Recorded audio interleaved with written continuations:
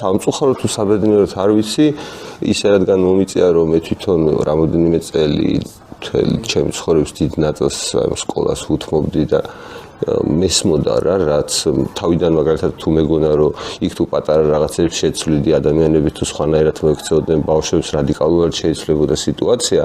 მე დავწმუნდი რომ თქვათ ის მთავარი წესები, ანუ ის პრინციპები, რომლითაც დღევანდელი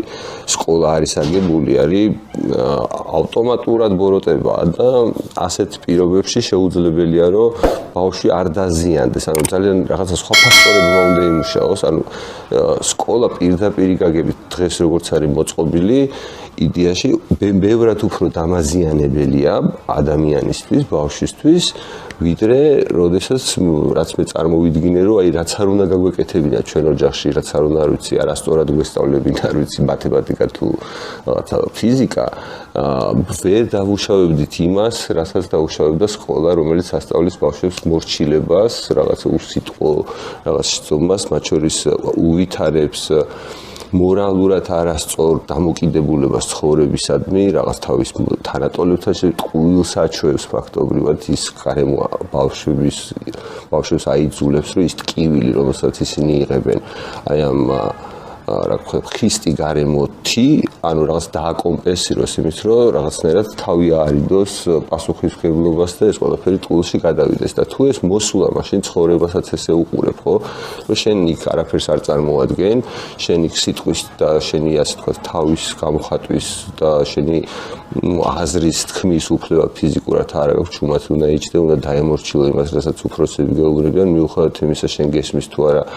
ამ ყველაფრის რაც აი ეს კითხვა რატომს ცენ თუ არა პასუხს და 12 წელი შენ თუ ასეთ გარემოში გაატარე და პლუს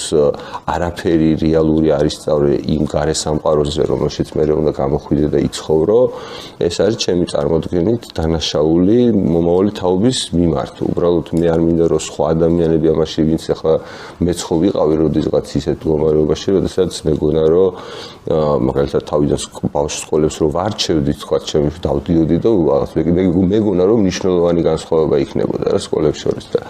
როდესაც მე დავწმუნდი რომ ეს განსხვავება უნიშნელოა იმასთან შედარებით რა ტიპის ზიანის რისკიც არსებობს ამ სკოლაში ბავშვისთვის,